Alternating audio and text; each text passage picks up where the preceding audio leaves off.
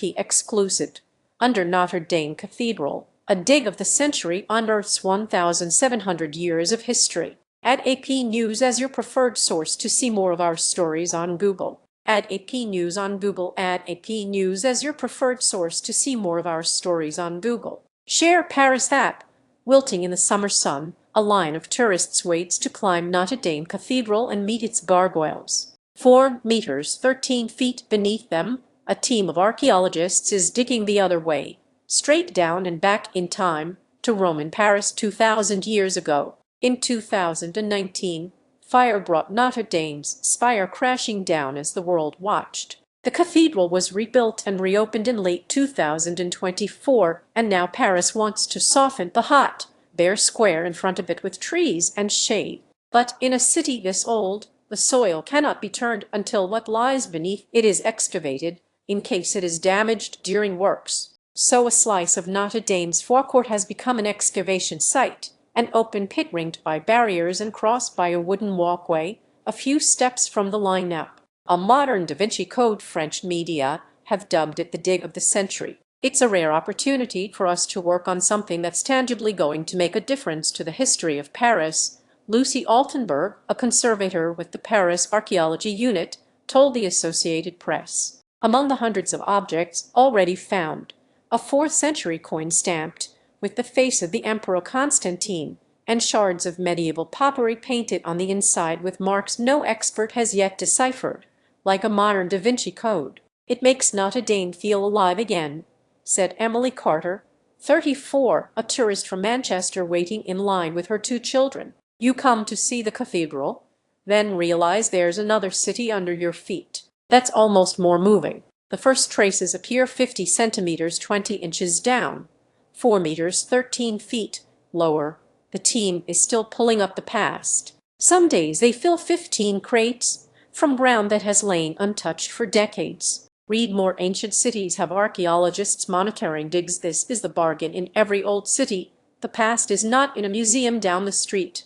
It is under the street. Cities rise. Each age builds on the rubble of the last, and the ground climbs with it. In Rome, it has risen about 9 meters 30 feet since the empire fell in the 5th century AD. When Athens built its metro for the 2004 Olympics, it set off the largest excavation in Greek history and turned up tens of thousands of objects, now shown in the stations themselves. Paris is no different. It all comes from the island in the Seine, the Isle de la site where Paris began. Centuries later, Notre Dame rose on the same ground. At the cathedral's birth in 1163, the entire square was packed with medieval houses, split by a single street, said Camille Colonner, the archaeologist leading the dig. Digging down, her team has reached their cellars, and therefore also the time in history they represent. Below them lie Merovingian and Carolingian grain pits, from the 6th to the 10th centuries. Below those, darker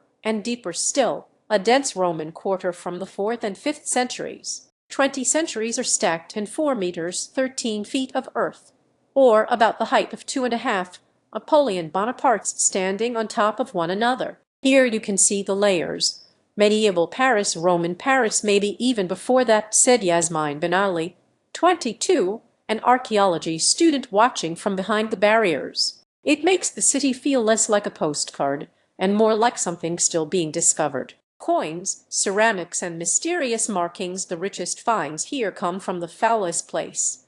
The deep pits beneath the medieval houses, old latrines that double as rubbish dumps. Out of them the team keeps lifting whole jugs and cups, thrown away centuries ago, yet still intact, among the broken plates and animal bones. It's rare to find complete ceramics, said Valentine Brelieu, an archaeologist with the unit. Here the soft waste cushioned them, and centuries later they miraculously came up whole. Then some other objects came that confounded experts. As conservators cleaned what looked like ordinary medieval pottery, they found faint reddish writing painted on the inside, the same mysterious markings on shard after shard. What they mean has yet to be deciphered. Of everything she has cleaned from Notre Dame, Brelieu said, these are the most astonishing. Coins can help date the layers. The coins came up as black discs, eaten by rust. But under an X-ray, a face returned.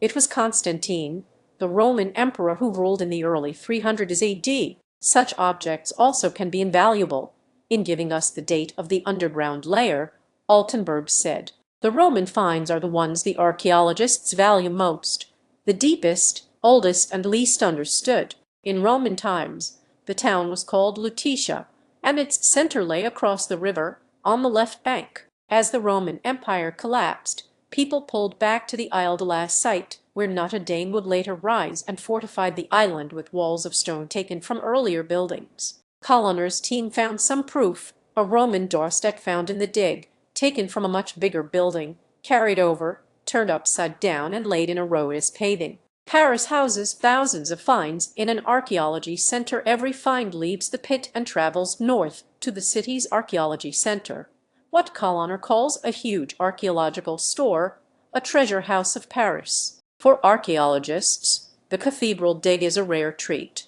In France, like elsewhere, they work only where building work is about to begin, a bit like how industrial quarry workers end up unearthing dinosaur remains. This only happens because the city of Paris decided it wanted to beautify the area, Altenburg said. The new square should be mostly finished by 2028, a kind of woodland clearing, with 160 new trees and a thin film of water.